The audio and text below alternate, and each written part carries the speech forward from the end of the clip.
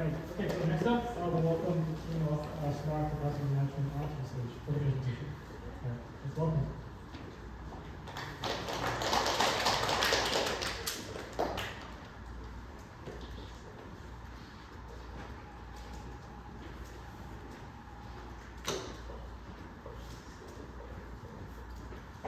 Hello everyone, and welcome to the Smart Capacity Management presentation.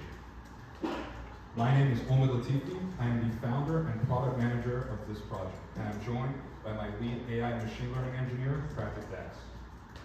Smart Capacity Management started over a decade ago when I first moved into the city of Erie and used their community centers. But unfortunately, I didn't exactly have a great time.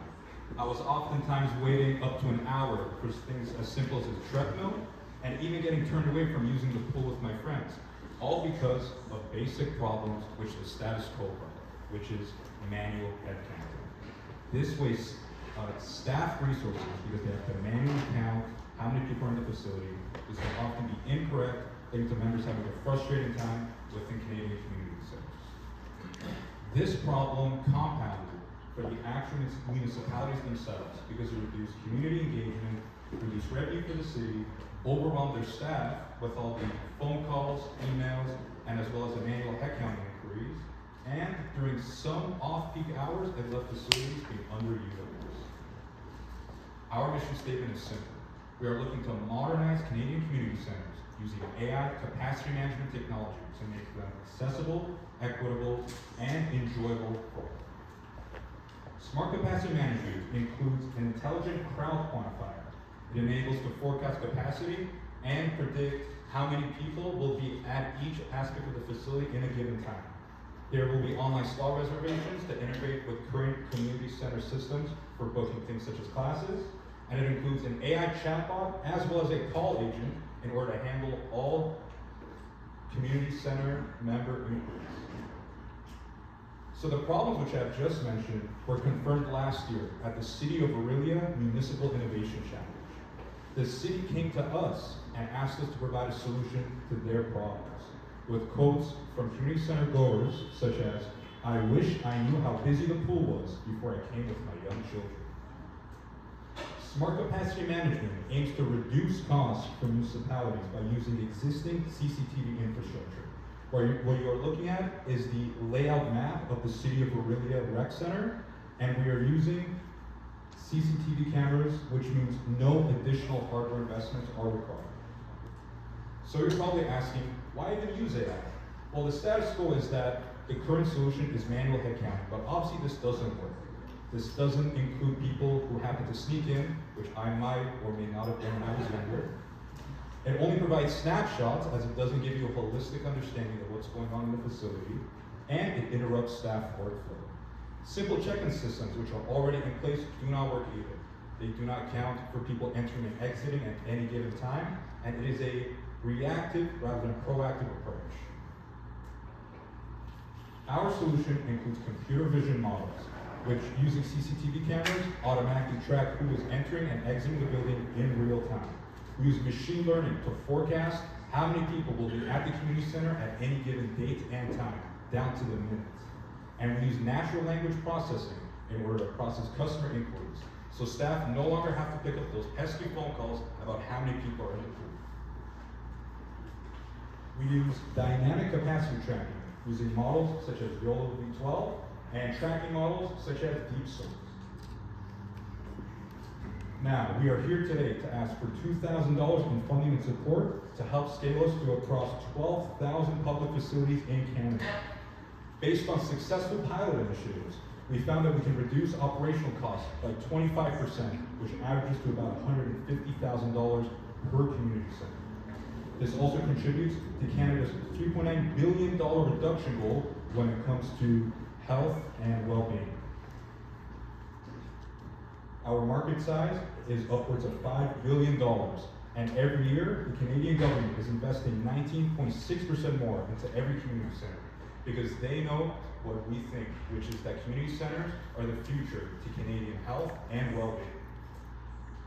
Smart capacity management's advantage is that we are the only one that are focused when it comes to integration into recreation centers. We are the only solution which has a customer-facing dashboard that is publicly available, and we are the only solution that can not only track but also predict capacity. And we are also the only solution which have had successful pilot initiatives and even municipal contracts awarded to us by cities such as Barrie and Orillia. We have a 4-phase roadmap, which I will introduce to you now. So phase 1 was proof of concept. We researched our customer base, developed a product, and engineered the MVP.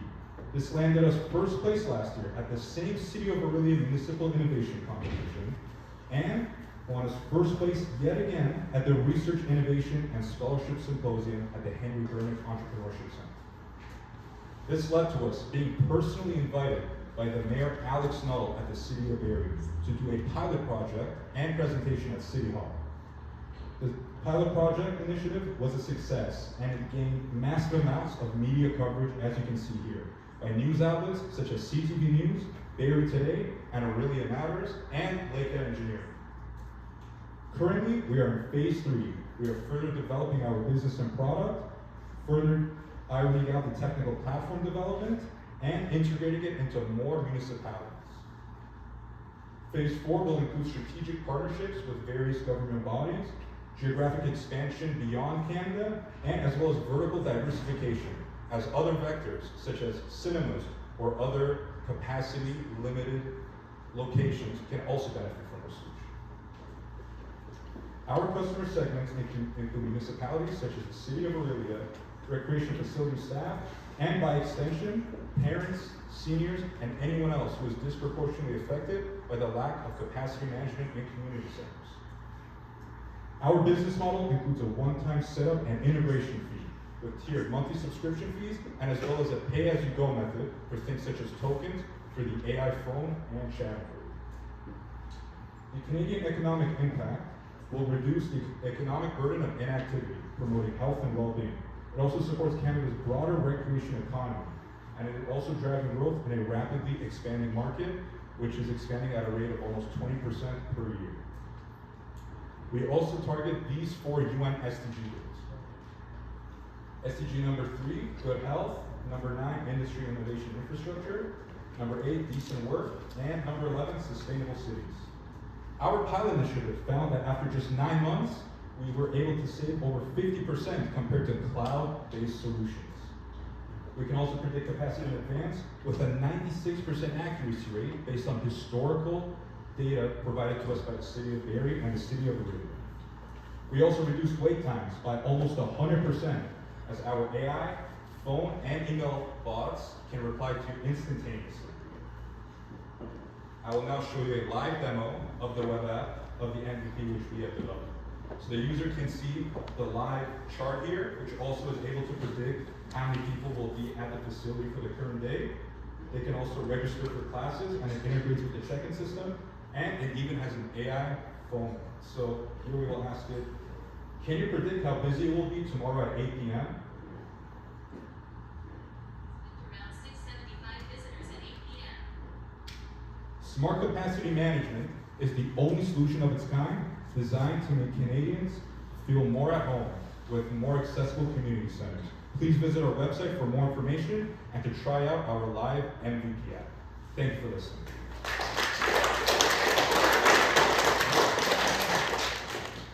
For the video-based tracking, do you have Intellectual property. We are still in the process. We're in talks with IP lawyers at Sandbox in the City of Barrie for that. So not yet, but it is in progress, yes. Have you thought about how much you're going to sell? Honestly, this is a big passion project for us. So we're not thinking of selling it yet, but maybe if the check is big enough. Okay, so can you elaborate a little bit more on the revenue model? When you go back to the revenue models, like you mentioned, this is how you're gonna pay money, the subscription fee and those kind of things.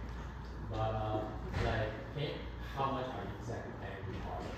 And then, so when they actually run the model, who's gonna pay for the maintenance? Like, are you guys gonna be deciding for area costs, or like, or the city gonna do it? Like, can you how exactly you're paying to make money? Absolutely. So every community center is different with varying amounts of space, CCTV cameras, and overall demand for each aspect of our solution.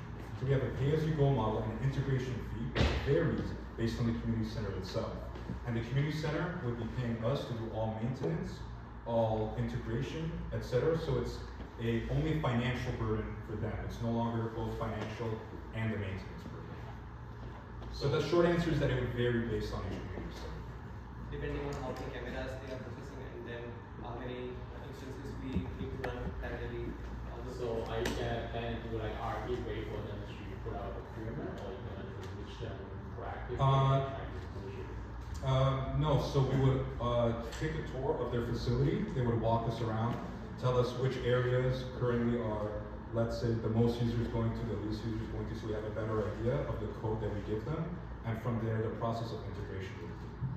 This is also the same process we took with the city of New York. Okay, yeah, so like how would they know that it exists, and then, How would they know? yeah, like you go in there and introduce, hey, this is what we do, and then are you interested in us? So it's funny you say that. We're at a point now where they're reaching out to us, and a part of the $2,000 will also be to pay for a Vercel bill because we keep hitting the monthly limit because of how many people visit our land. So at the beginning, yes, we would have pitched to them, but now we're at a stage where the work is doing the talking, and we're getting outreach rather than the other way. And then you're gonna come up with the price and do it. Yes. Yeah, I really like what you're doing for the organization to have it's a major pain in the centers. So my question is, looks like you're using all the shell communication models. What is your model? For example, a big fish can come in, right? Microsoft and okay, we're going to take over all the researchers in Canada when they sign contract with some partner. And of course, they have lower cost of cloud, but with better communication models. In last case, you got what research strategy. So I can imagine you use LTL quite a bit, and then people, some cloud players will come in. The city of Delhi and especially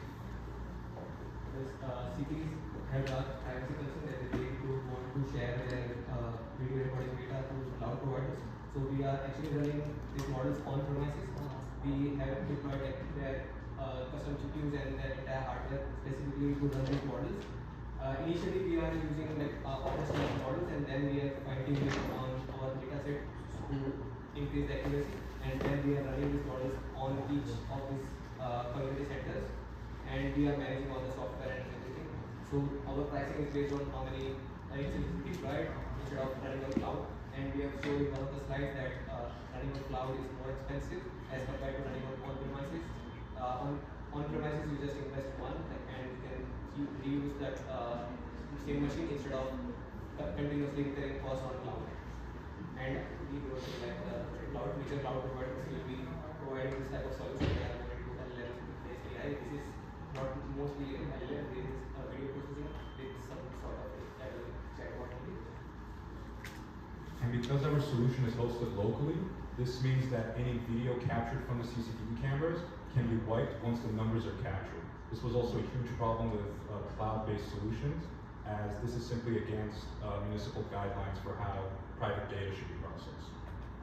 I have a question about your scaling plan. Yes. So as you mentioned, every community center is different. So what it actually costs you in terms of money and also resources to really have it customized and integrated resources?